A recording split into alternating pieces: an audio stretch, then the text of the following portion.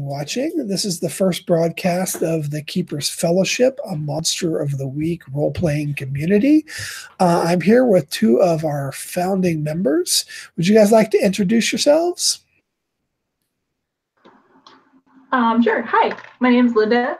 I have been doing tabletop RPGs since college, so not super long ago, but I guess about 6 years. Yeah, I've always really enjoyed them. I think that I got started in the way that most people get started, which is, a couple D&D campaigns. But I think I've got re-evolved in tabletop RPGs when I listened to the Adventure Zone again. And that's when that's about when they started podcasting their tabletop RPGs. I decided yeah, let's get back into it. So, and then through that I found Monster of the Week, which I really fell in love with because I didn't find it through the Adventure Zone, but just in the sphere of trying to find new games. Because I found D&D really tedious at times. It can be, yes. Sometimes you're just grinding through Gerblins and it's not super fun. Mm-hmm. Yeah, so I found Monster of the Week and I'll admit it, I really loved Supernatural for a long time. So Monster of the Week seems like something I should also love. Absolutely. So, and now I'm here. Well, welcome to the team. Erica, you want to introduce yourself? Hi, yeah. I've been playing tabletop for about 4 years after I graduated from high school. I've kind of played my DMs kind of made their own games, and we finally started to actually play 5th E recently. Oh, can you guys hear me? Okay, cool. And after the... Keep going. And then after the Adventure Zone ran their Monster of the Week, we decided to try it out with me as the keeper, and we've been running 2 misters with that.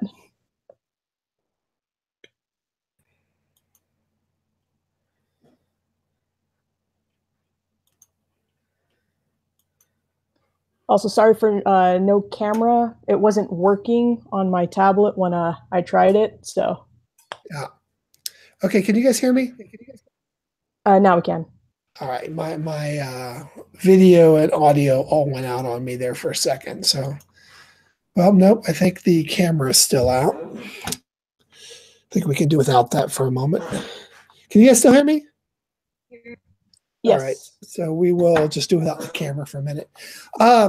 I guess it's my turn then, because I missed a good part of it, Erica. Sorry, my computer decided to disagree with me. So my name is Robert Warburton. I go by Lashiel Vaher in Second Life and on the forums and pretty much everywhere else I hang out online. I started the Keepers Fellowship. Much like you guys, I got interested in Monster of the Week from hearing about it through several different podcasts I listened to. I have been a role player for many, many, many years. I played Dungeons and Dragons back when it was the original first edition AD&D. Got my start back there. I moved off into many different role-playing systems, including Rollmaster and Fantasy Hero and all of that. A couple of years ago, I started role playing again and joined a Pathfinder group. And in doing some research for that, I kind of stumbled across Dungeon World, started up a short Dungeon World campaign. And 2 years ago for New Year's Eve, I ran a Monster of the Week game for my normal crew, and they loved it. And we've been playing that ever since. So yeah, I'm a big fan of Monster of the Week. I like the system. I like the genre. And I'm really excited to be building this community of keepers to help share information. I mean, a big challenge for me in this system is finding new content and optional rules and stuff. Dungeon World has a plethora of supplemental materials. Monster of the Week, while it is a fantastic system, is lacking in that area. Okay, I'm trying to bring my camera back on now. Give me just a second. All right, looks like it's working again. Start. Hey, I'm back. You're back. All right, so that's my background. Tonight we are starting our first round robin mystery set. The concept here is that the members of the Keepers Fellowship will be participating in an ongoing series of mysteries where we're going to take it in turns to act as keeper. I will be starting out as keeper, not really because I started the community. I just volunteered and no one else wanted to jump in and do it. So I'll give it a go first. And, I plan for this to be a total of 3 sessions. The first session tonight is session 0. We're going to create the characters, talk about the world, come up with some ideas. And then if we have time, we might jump into the hook of the adventure and maybe a little get started scenario. We'll see how time goes. Session 2 or 1 and 2 will be the actual meat of the adventure. And if, depending on how time goes, we might do a post-mortem wrap-up where we can discuss all the things we liked, the things we didn't like, what could have been better. And then I will pass the baton to the next keeper. Sound good? All right. So you guys have done some thinking on what kind of characters you would like to play in this mystery.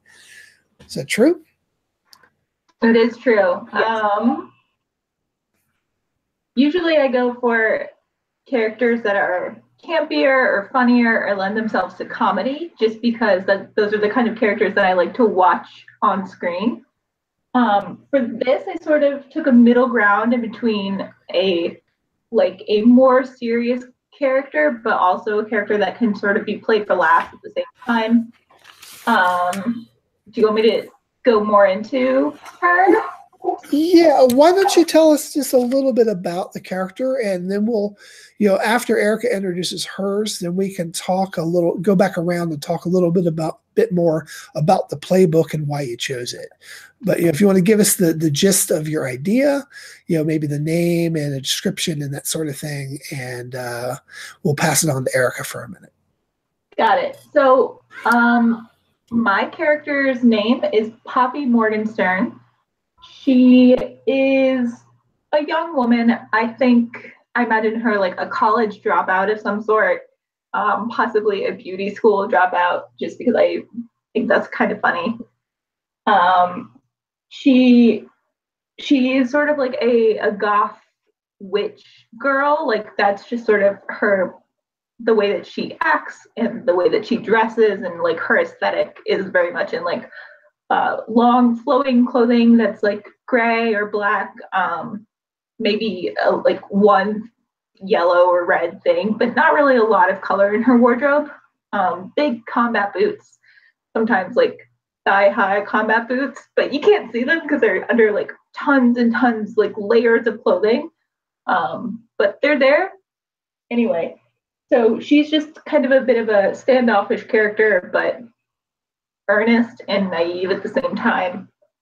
And the playbook that I chose, not to go too in depth, is the divine. So she is actually going to be the incarnate avatar of the goddess Ishtar, which is like a Sumerian goddess of basically everything. A lot of the mythology surrounding Ishtar has to do with the fact that she often like waged war on other gods, and then when she defeated them, she like took over their dominions.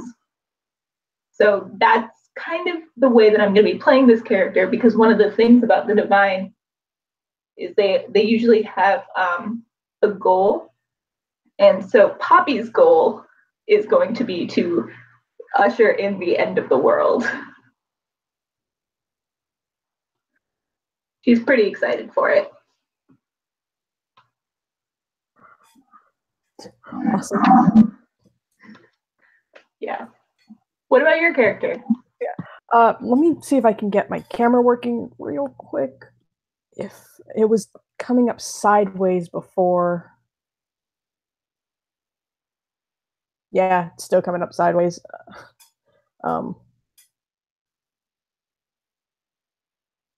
See if that does it.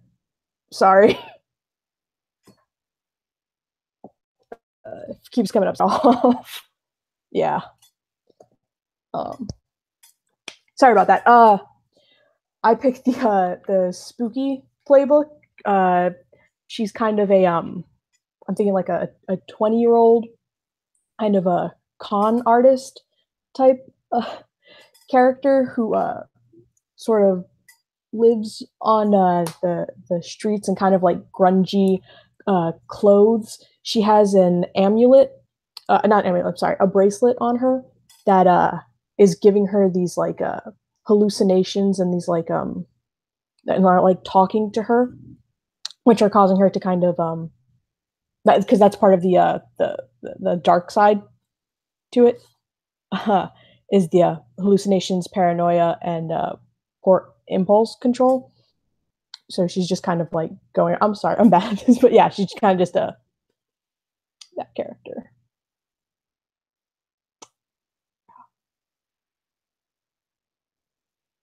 Sorry, my kids are super curious about what's going on. That's great. Okay, so we've got a divine and a spooky, which I think are going to play really nicely into the mystery I have planned. Had a little bit of an inspiration a couple of days ago when I was trying to think about what I would want to run for this.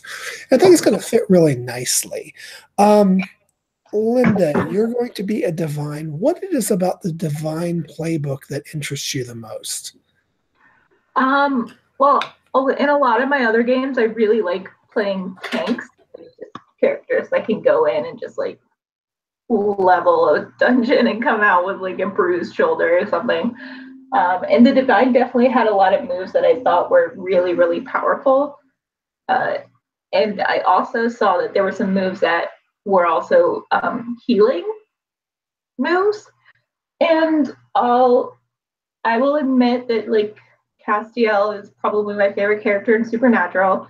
So I'm like, yeah, I get it. That would be really cool to play that kind of character that's a little bit out of touch with the world around them.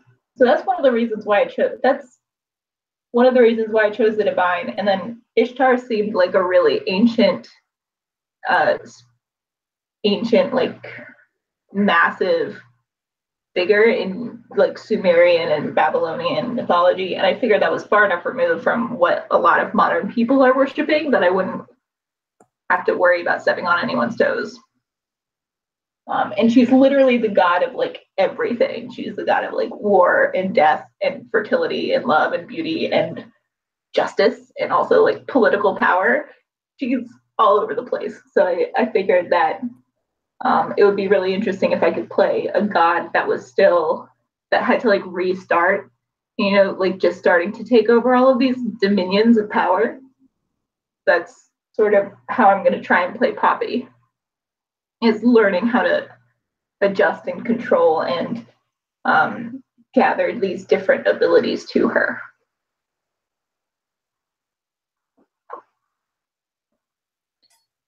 Awesome. I thought she was kind of funny. She also has angel wings as like one of her moves, and I was like, that is 100% happening.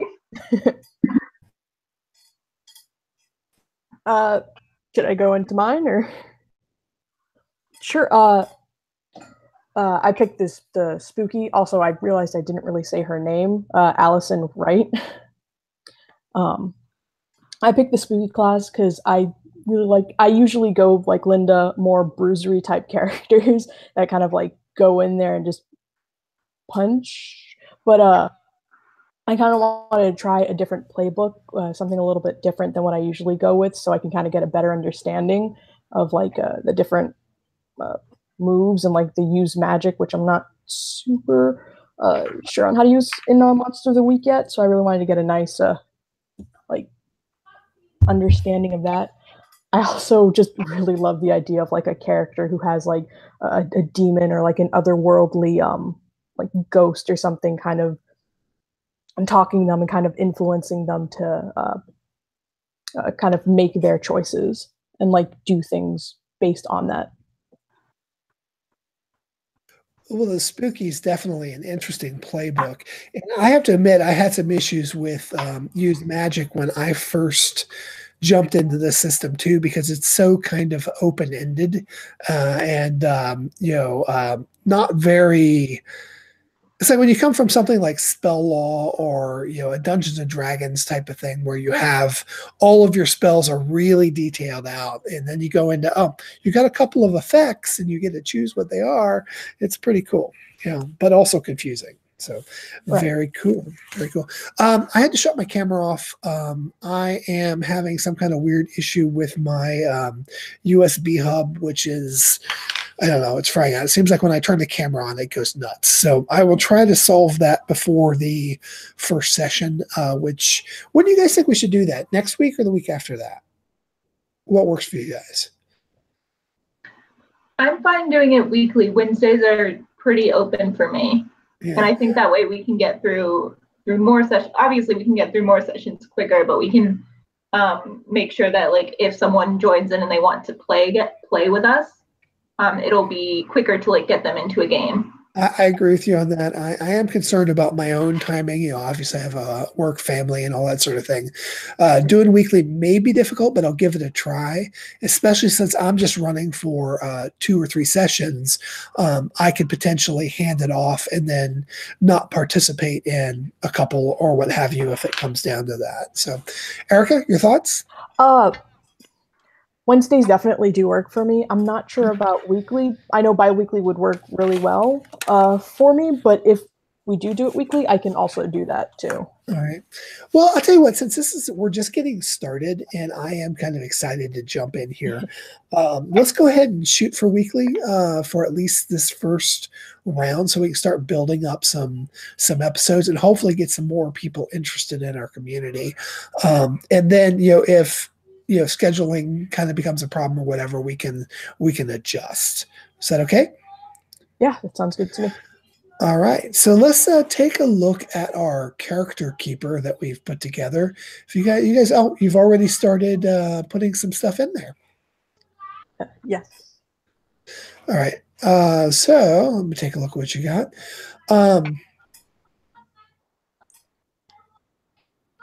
So you guys want to start? I guess you've already filled out your stats and your moves and your mission. Wow, you guys have already gotten all of the stuff done and ready to go. Okay, let's start with a couple of questions. Since I'm going to Linda first, let's go with Erica this time around. Erica, you've got your 3 moves picked out. Why don't you describe what those 3 moves are and how you see them working with your character? Okay. The first move that I picked was telepathy, which is you can read people's thoughts and put words into their mind. This can allow you to investigate a mystery or read a bad situation without needing to actually talk. You can also manipulate someone without speaking. You still roll moves as normal, except people will not expect the weirdness of your mental communication. I kind of saw that as more like roleplay wise, like that's kind of how she would con people out of things. Like she would do those street games where they would need to pick a number or something, and they would and she would obviously know that because she can read their minds. More into a gameplay wise, I saw this as maybe a way to get information about not talk to people, but get information from people without having to actually talk to them or see if they're lying or something like that. My second move was Hex, which is when you cast a spell with use magic, as well as normal effects you may pick from the following. The target contracts a disease, the target immediately suffers 2 harm, or the target breaks something precious or important. I picked this one more for battle, focus, that maybe causing the enemy or the monster or minions to sort of give us more time to either run away or open up an opportunity. And then the last move that I picked because the spooky gets to pick 3, is Tune In, which is you can attune your mind to a monster or minion. Roll plus weird on a +10, hold 3. On a 7 to 9, hold 1. On a miss, the monster becomes aware of you. Spend 1 hold to ask the keeper one of the following questions and gain +1 ongoing when acting on the answer. Do you guys want me to read out the questions, or? Yeah, I think that'd be cool because other keepers that are learning are probably going to watch this. So yeah, I think it's a good idea. All right. The questions are, where is the creature right now? What is it planning to do right now? Who is it going to attack next? Who does it regard as the biggest threat? And how can I attract its attention? I saw this because not only to get more information on the monsters and minions and mystery that's going on, but I also really like the fact that on a fail, the monster now knows where we are at, and that kind of brings a whole tension to it that I really liked. I agree. Very cool. Okay, Linda, you want to share with us your 3 move picks and why you picked them? Yeah. So again, I like bruisers, and I like the idea of a very powerful goddess, like trying to become more powerful and trying to figure out ways to take in more power and like exert superiority over other people. I don't have a complex, I swear. So the 3 moves I chose for Poppy are Angel Wings, which means they can instantly go anywhere they've visited before or to a person they know well. And she can actually like carry someone with her when she does this, but she has to roll a certain amount in order to do so, which I thought was really cool because it's like she can move on her own as much as she wants. And then like if she's like feeling really petty, she'll just leave Allison behind and just be like, pop the bird and just be like, out of here, deal with it. She won't do that. She might. Then I decided to do Cast Out Evil. Again, I think that Erica mentioned giving us time to like regroup and figure out more ways to attack a monster. And so Cast Out Evil says that you may banish an unnatural creature from your presence. And no matter what, it leaves, more or less. But yeah, so I really like that idea of being able to banish. Very cool. Yeah, banish an unnatural creature. I also thought that this, and I didn't realize this until Erica mentioned that she was playing a spooky. But if Poppy was being really, really petty, not only could she use angel wings to just leave Allison behind, but she could cast her out and like banish her from her presence, which again, like just really plays into like Poppy's superiority complex. Yeah, just like get out of my room, like stop reading my mind. I love that. Yeah, I again, like I play it for camp. But obviously this can be a very serious move. And then lastly, I chose Lay on Hands because she is a divine being. When she touches someone, she can heal an injury or disease. So I thought that would come in useful because I think that it's kind of rare to find a character in this game that can really heal other characters immediately, at least. That is true. It's very useful to have. Right. So I figured that was what I wanted to do. Yeah, so those are the 3 moves that I chose. All right, that's very cool. So I like all of your choices, and they are both going to tie nicely into the story I have planned and also make it very challenging for me because between the 2 of you, you have the ability to really track down the monster fairly quickly, which I actually generally try to delay to some extent. I like the solve the mystery part of the mystery. So anyway, we'll see how it goes. I kind of dig it. What I would like to do now, if you guys don't mind, is let's take a quick 5-minute bio break. And then when we come back, we will do histories. Is that okay? Sounds good. All right, Sounds good. so about 5 or 6 till. So give me about 5 minutes. Be right back, guys.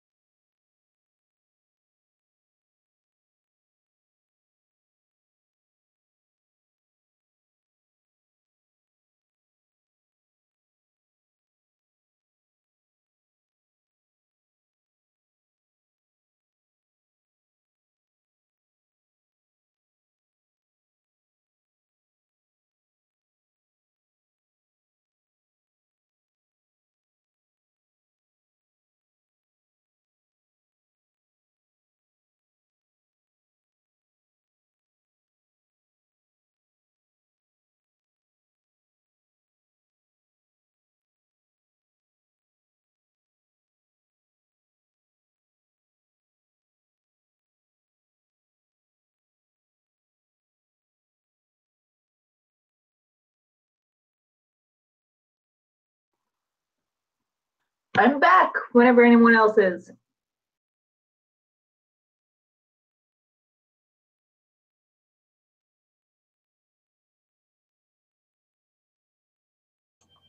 Okay, guys, I'm back if you're around. Oh. Yeah, I'm here.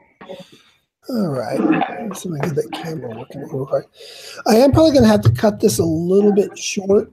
Need to go deal with some kid stuff. So I'll try to plan the full session out for our first adventure. So let's try to wrap up by doing our bonds, or history, I guess is what it is in the system. Have you guys given some thought to what you want your histories with each other to be? Nope. Not at all. Okay, you guys have your character sheets in front of you, so I assume you have your history choices. Do you want to maybe read off what your choices are and let each other pick what makes the most sense? I'm fine with that. Okay, who wants to go first?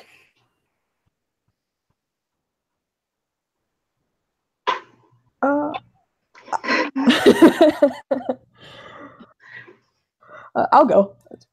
All right. All right. So the choices for the Spookies history are they taught you to control your powers to the extent that you can control them at all. You are bloodkin, decide together exactly what. You are married or romantically involved, decide between you the exact relationship. You're old friends and trust each other completely. You used your powers on them one time, decide if it was for selfish reasons or not, and tell them if they found out about it. You've known each other for some time, but since your powers manifested, you keep them at a distance emotionally. You hope they can help you control your powers, or they saw you use your powers for selfish or vindictive reasons. Ask them who the victim was and then tell them what you did. I think either the last one makes sense or the one where you tried to use your powers on Poppy and Poppy was like, hell no. That makes a lot of sense. I also like the blood relative one. That sounds kind of possibly interesting. Yeah, they could totally be cousins or something. I think that would work out. That would be cool. If I remember correctly, do I get a pick or does a? Well, in theory, I believe the way it's supposed to work is your teammates get to pick, or pick what makes sense. So you offer one up, or you recommend one, and then they choose. So it sounds like Linda's given you a couple ones that she thinks works, and you would pick which one you like the best. Okay. All right.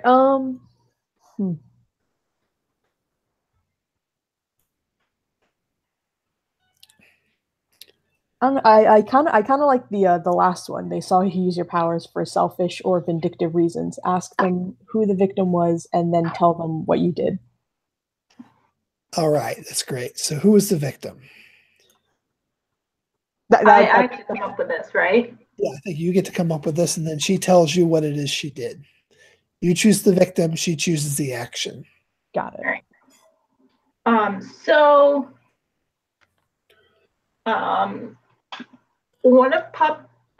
I've just realized that one of Poppy's hobbies is to go into like local gatherings of witches and just like casually showing off to these like other women and men who are there, like, you know, just like trying to be spiritual and like commune with nature in a new millennial way.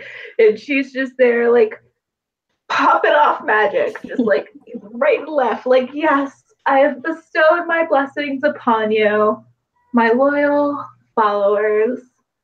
Do you want to worship me now? So I would say that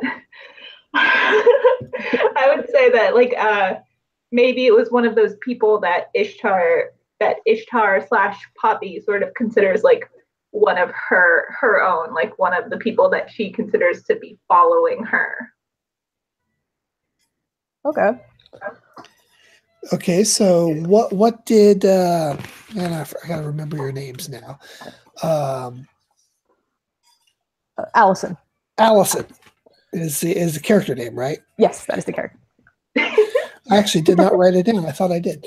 So, what did Allison do at the gathering of witches?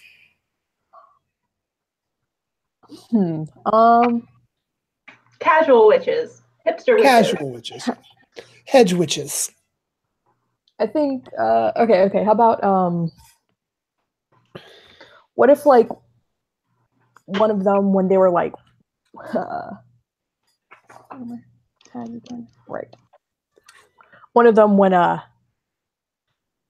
Allison was walking around for a little while, they kind of ended up following her unintentionally, and because one of her tags is paranoia, she started to get kind of like really paranoid because of that, and she like hexed them and put like she made them like contract a disease, and they like started barfing or something like right there. Yeah.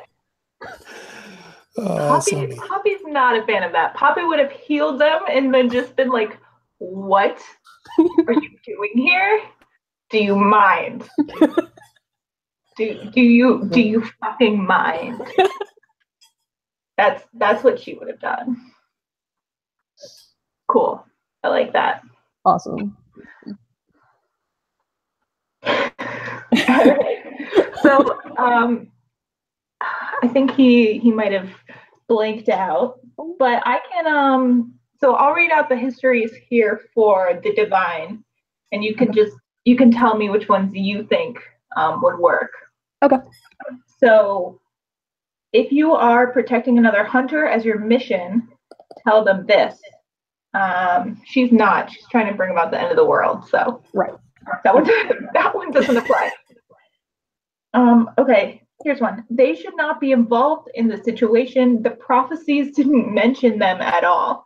This means your attention, but you don't know what it means. This gets your attention, but you don't know what it means yet. Or you are at heart a good and righteous person, and I have to help you stay that way. Or you are an abomination and should be destroyed. Except I can't do it for some reason, and we would work that out why I wouldn't be able to destroy you. Okay. Your prayer, perhaps informal or even unconscious, summoned me to you somehow. You fill me with feelings of sexual infatuation, and I'm confused by the associated mortal emotions. You saved my life, and I understand, intellectually at least, that I owe you for it. Or you are the person I go to for advice on mortal stuff. For example, sex, food, drugs, television, etc. Okay. I'm trying to think of the one that would work after I hexed a dude to barf right in front of you. Come on, man! Like we're just being like Wiccas, hanging out in nature, putting rocks in circles, and you're gonna like fucking make him barf all over like a little like altar that he's made? Come on, man. It sounds to me like the good one was that she's not really part of your destiny, but she is, and you don't know why. That really seems to ring true, or truer than the others. But of course, I don't get to pick. It's up to you guys. Yeah. So I think that you're mentioning the one that says that. I'm just going to use Allison's name because they're the only other. Allison should not be involved in this situation. The prophecies didn't mention her at all. This gets my attention, but I don't know what it means yet. I think that one would work. Or you are an abomination and should be destroyed, except I. That's going to start the thing off with a lot of conflict. Yep.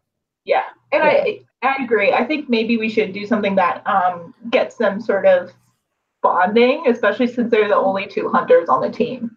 Yeah, that makes a lot of sense. For now, one thing I did want to bring up here is, since we only have two starting off and we have until next week to go, if we get a second or a third player join between now and then, I will have them work up their character in advance. We'll do a brief introduction to them and another quick set of bonds and jump into it. If not, if we do not get another player and you guys did want to pick up a second character for the start of this adventure, I'm okay with that. So you guys have about a week to think about that. Cool. So if you guys want to go ahead and fill in, or you can do it later, you can fill in your two histories as you've chosen. Or did you choose? I don't think you've chosen. No, we didn't choose. We didn't choose. We didn't choose this history. For Poppy, yeah, right? Yeah. I think the one that she's involved in the situation, I think that one works out well, and it kind of reduces the amount of conflict because we are the only two right now. Right. Yeah. So I think So Allison should not be involved in the situation. The prophecies didn't mention Allison at all. This gets my attention, but I don't know what it means yet. Guess what this means? There's a motherfucking prophecy. Yes. Meddling with the prophecy. Yeah. All right. So we have our histories, or at least for now. Let me ask you this. Let's go with Linda first. What do you think about the location that we should start in? What kind of place do you think Allison would be, gravitating towards? You mean Poppy? Yeah, Poppy. Yeah, sorry. I got. No worries. There's 8 names floating around, so whatever. I'm sorry. Yeah, I got them backwards. No. Not a huge deal. So I think I see Poppy in a more urban environment, but I don't think that she would be too out of place in a super really mountainous natural environment, like either the Rockies or the Appalachians. I could see her doing really well in that sort of situation, especially the dry Rockies. You know what I'm talking about? Near Nevada and Utah and stuff like that, on that side of the Rockies. Very specific. I just don't see her hanging out in rural places very long because she wants to be worshipped and loved, and she wants to be around people. Well, an urban environment makes more sense for what I have planned. Erica / Allison, what about time frame? Do you think this is in the present, the past, the future? I kind of saw it as more of in the present. Mm-hmm. Definitely around now going on. Okay, yeah, I can work with that. I like that a lot. Okay, I'm trying to think if there's any other questions I had in mind for you guys at the start here as we work. How about the team construct? How do you guys operate as a hunter team? Do you have one? Have you just run into each other? What do you guys see as being the basis of your current relationship, given your past interactions? Okay, so I have an idea, and Erica, let me know if I'm totally off base. But I can definitely see Poppy just becoming really obsessed with Allison and just being I have to make sure that she doesn't do anything wrong ever again and that she does not fuck this up for me personally. So I can see her kind of tagging along to make sure that not to protect Allison, but definitely to be I'm watching you. I'm watching you. I think might play into her paranoia a little bit, and that might be fun. But if you have another idea, please let me know. That was just totally off the cuff. Oh no, I love that. I think that works great. like no, you need to stop what you're doing. Like stop. Like make sure that she doesn't like It's like a divine stalker or parole officer. Yeah. Yeah, she's your local fairy godmother, but mean about it. I love it. She's like the fairy godmother that comes to your door and is just like, I can't believe you're wearing that out. All right. Okay. Do you guys? Neither of your playbooks come with a den or a hideout or anything like that. Do you guys see yourselves as, living together or nearby, or what kind of living conditions are you in? I mean, Poppy might be like, it depends on if this is like immediately after they met, then maybe they'd just sort of be like, again, Poppy's just like stalking her. But I mean, I could see Poppy living with her just so that she could keep even more of an eye on her. All right. Actually, what do you think, Allison? Do you think that you guys have just met, or are you roommates and you're being observed?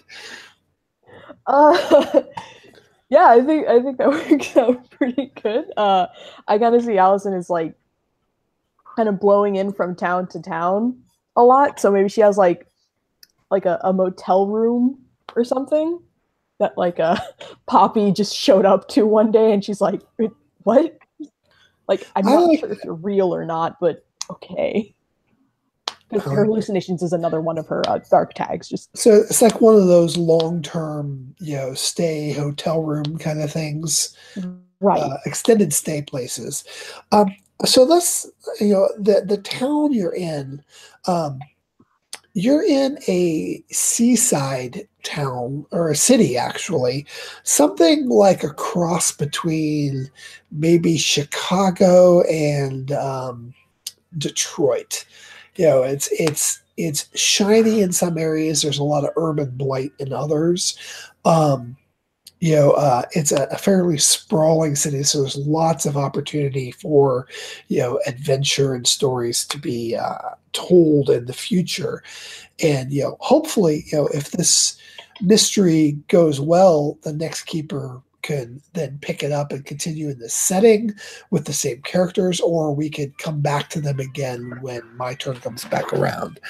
All right, I think we have enough. Do you guys have any questions for me before we get started with the hook?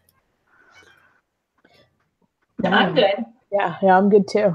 All right, so I'm going to read you guys the hook that I've written, and I think what we're going to do. I know we've only really been at it for a little over an hour, but we actually got quite a bit done, given we only had 2 people to work with so far. But given I'm having all sorts of technical difficulties with my video and everything, I'm going to read out this. We'll have a brief discussion about what it means. And then we'll probably draw it to a close there. And then you guys can think about, between now and the next session, how does this information come to you guys, and how are you going to get involved? Does that make sense? Yep, sounds good. All right, so here we go. And so it begins again. The moon, waxing near full, hangs languid in the autumn sky, washing the billowing clouds that swim across the sky below in eerie shades of silver and gray. Somewhere an old church bell strikes 11 p.m. The evening winds whip the detritus of the city in haphazard patterns around the narrow streets of the old canning district. In the shadows by a large city mailbox, neglected and unused, and a rusted street sign, the corner of Riley and Harris, something is moving ever so slightly, a shifting of shadow on shadow. A glint of silver flashes in the moonlight. Across the street and up 3 stories, the top of the renovated cannery turned condo, light blazes from the large leaded glass windows affixed to the brick facade of the building. A figure is pacing within. Inside the flat, decorated with extravagance and style, a lovely woman dressed in workout gear with a cotton towel around her neck is pacing around the living area amidst stacks of paintings, sculptures, and antiquities. As she traces a delicate finger across a golden surface of a statuary, partially obscured from view, but obviously the shape of some bird of prey, she speaks into the phone. No. It's been authenticated. Genuine. 16 million flat. Absolutely not. Oh, yes. Okay, tomorrow evening. Franklin, don't disappoint me. She hangs up, and a wicked smile touches the corner of her lips. She drops the phone onto the sofa and walks into the kitchen. She opens the refrigerator, draws out a bottle of wine and places it on the counter, spins lightly on her heels and retrieves a drinking goblet from the glassware cabinet.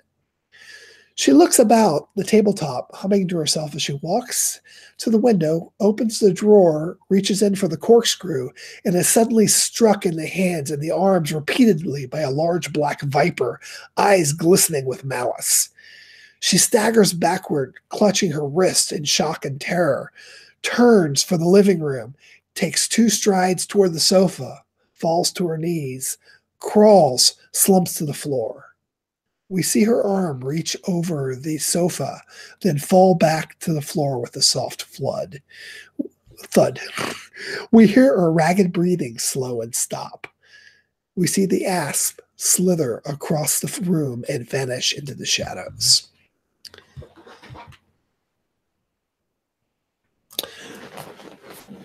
Thoughts? Questions? Dum. House snakes. What? So I want you guys to give some thought to, what kind of monster it might be, how you guys would find out about this and what would draw your attention to it. I have some ideas if you don't come up with one. And while I think it's going to be really fun with your 2 characters, I do hope we get at least one more player because I'm going to have to tone down my stuff a bit. Yeah, I mean, I agree. I think like getting a third hunter would be best, but I think if that doesn't happen, I'm definitely willing to create another character, and I'm also willing to like split a character with Erica if that's fine with her. Yeah, like pretty much same. I'm willing to make another character. I've never split a character though before, so yeah, we just both control them. All right. Well, one last thing I would like to discuss before we draw this to a close. I mean, in the beginning, I asked you guys each, what it is about the specific playbook that you are interested in and wanting to explore.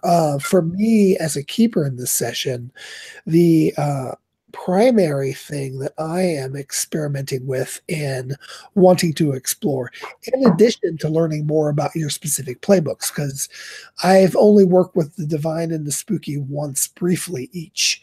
So in my game that I ran like 2 years ago. So I am really interested to see how this dynamic plays out. But I, for myself, am really wanting to make use of doom clocks and trying to keep, while not have the game on rails per se, I want to try to keep it on a tight timing so that we hit the certain key elements of the mystery I'd like to hit and end with the climactic battle toward the end of the second session with some time for wrap up. That's my ultimate goal here. So any questions, thoughts, or concerns? Fingers crossed. That sounds, it sounds hard, but it sounds doable. Were you thinking that they would be 2-hour sessions in the future or just one? I was thinking 2. Tonight was supposed to be 2, but I was also expecting 3 to 4 players. So, I think once we get started with the actual role play, it tends to take up a lot more time than this does. I mean, there's going to be time with discussion, time with investigation. Fights tend to take a little bit more time and all that. So yeah, and especially if we get one more player join up between now and next week, then we are going to need a little bit of time at the beginning to introduce that character and get them up to speed. We'll try to prep them going in so that we don't have to take up too much time, because I am anxious for you guys to meet my big bad. Thanks. Yeah, I think that sounds good.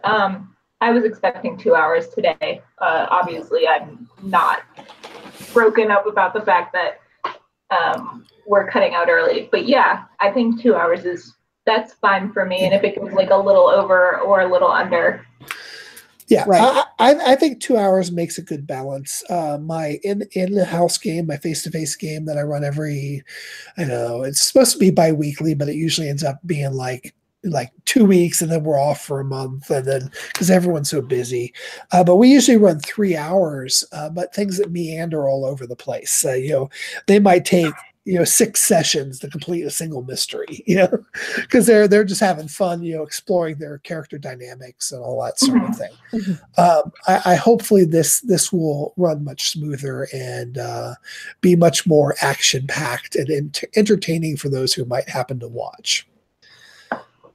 One last thing before we jump out. I do run the X card system. So if things get dicey or we cover a topic that anyone finds disturbing or anything like that, it's no questions asked. Just throw up the X card and say, hey, we need to stop. We'll put a pin in it, back up, discuss what needs to be changed, and then move forward. The idea here is to have a fun and entertaining game. This game can get dark. It can also be very light and campy. The mystery I have planned, I don't think it's going to get super dark, but it could.